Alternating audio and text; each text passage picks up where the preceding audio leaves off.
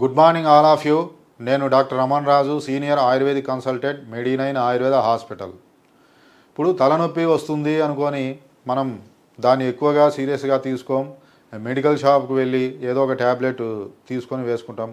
కానీ అన్ని రకాల తలనొప్పులు మనం నిర్లక్ష్యం చేయడానికి కుదరదు. ఎందుకంటే జనరల్గా మనకు తెలిసినటువంటి నొప్పులు ఏంటంటే మైగ్రేన్ లేదా పార్సెప్టల్ నొప్పి అంటాం, లేదంటే సైనస్ హెడేక్ అంటాం, టెన్షన్ హెడేక్ అంటాం. ఈ మైగ్రేన్ హెడేక్ ఏమో మనకు తల మొత్తం వచ్చి తర్వాత ఒకవైపుకి వస్తుంది, లేదా ఒకవైపు స్టార్ట్ అయ్యి తలను మొత్తం స్ప్రెడ్ అయ్యే అవకాశం ఉంటుంది. దీంట్లో కొంతమందికి వామిటింగ్ సెన్సేషన్స్ రావటం, కొంతమందికి వామిటింగ్ ఏం రాదు. ఇది ఉదయం తక్కువ ఉండి క్రమంగా పెరుగుతూ వెళ్తుంది. ఇంకా దీంట్లో మనకు ఎక్కువ సన్లైట్ చూస్తే ఎక్కువ అవుతుంది, శబ్దం వింటే ఎక్కువ అవుతుంది, ఏవైనా సరే గోల చేస్తూ ఎక్కువ శబ్దం చిరాకు వల్ల పెరుగుతుంది. ఇంకా ఘాటైన స్మెల్స్ ఏవైనా మనకు వస్తే పెరుగుతుంది, నిద్ర లేకపోవటం వల్ల పెరుగుతుంది. ఇవన్నీ మనకు జనరల్గా మైగ్రేన్. అదే సైనస్ హెడేక్ అయితే మనకు ఒకవైపు ముక్కు మూసుకపోవటం, జలుబు ఉండటం, వంగితే తల బరువు ఉండటం, మైల్డ్ ఫీవర్ ఉండటం, ఆకలి తక్కువ కావటం, చెవు నొప్పి ఉండటం, ఇవన్నీ కూడా మనకు ఉంటాయి. టెన్షన్ హెడేక్ అంటే ఎప్పుడు కూడా ఉదయం తక్కువ ఉంటుంది, సాయంత్రం పెరుగుతుంది. అది హెడేక్ కంటే కూడా మొత్తం టైట్నెస్ అనిపిస్తుంది, తల మొత్తం బరువు అనిపిస్తుంది, మెడంతా కూడా నొప్పి అనిపిస్తుంది. ఇది టెన్షన్ హెడేక్ అంటాం.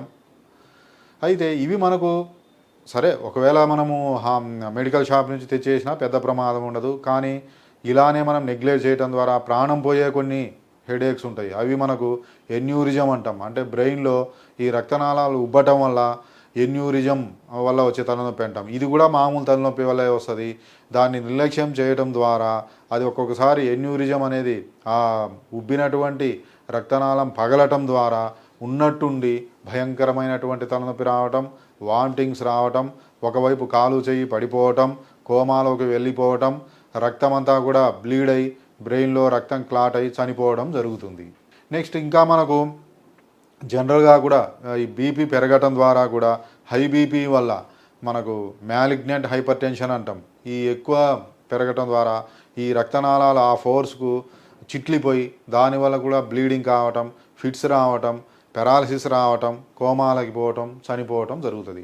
ఇంకా బ్రెయిన్లో ట్యూమర్స్ ఉంటాయి. ఈ ట్యూమర్స్ ఉంటే ఏమవుతుంది, అది క్యాన్సర్ ట్యూమర్స్ కావచ్చు, ట్యూబర్క్లోసిస్ వల్ల వచ్చే ట్యూమర్స్ కావచ్చు. దీనివల్ల ఏమవుతుందంటే క్రమక్రమంగా ఒకవైపు కాలు, ఒకవైపు చెయ్యి, ఒకవైపు మనకు ఫేసు, ఇవన్నీ కూడా క్రమక్రమంగా తిమ్మిరి పట్టిపోయి స్పర్శ లేకుండా పోవటం, చివరికి ఏమవుతుంది అంటే మాట కోల్పోవటం, వామిటింగ్స్ రావటం, తలనొప్పి రావటం, ఇవన్నీ కూడా మనకు మెదడులో ఉండేటువంటి ట్యూమర్స్ వల్ల ఒక్కోసారి కంటి చూపు కూడా క్రమక్రమంగా కోల్పోవటం, ఇవన్నీ కూడా జరిగే అవకాశం ఉంటుంది.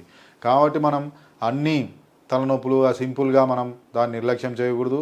చాలా కాలం నుంచి ఉంటూ ఇంతకుముందు చెప్పినటువంటి లక్షణాలు ఉంటే తప్పకుండా సిటీ బ్రెయిన్ కానీ ఎంఆర్ఐ బ్రెయిన్ కానీ తీసి దానికి తగినటువంటి ట్రీట్మెంట్ తీసుకోవడం అనేది చాలా వరకు ముఖ్యం. ఈ ఆయుర్వేదంలో కూడా లక్షణాలను బట్టి ఆడ ఉండేటువంటి డిసీజ్ని బట్టి రకరకాల ట్రీట్మెంట్స్ ఉంటాయి. పంచకర్మ ట్రీట్మెంట్స్ కూడా మన దగ్గర అందుబాటులో ఉంటాయి. కాబట్టి మనం ఆ స్టేజ్ని బట్టి, ఆ లక్షణాలను బట్టి, ఆ డిసీజ్ని బట్టి తగిన పరిష్కారం అనేది మనకు ఆయుర్వేదం ద్వారా లభిస్తుంది.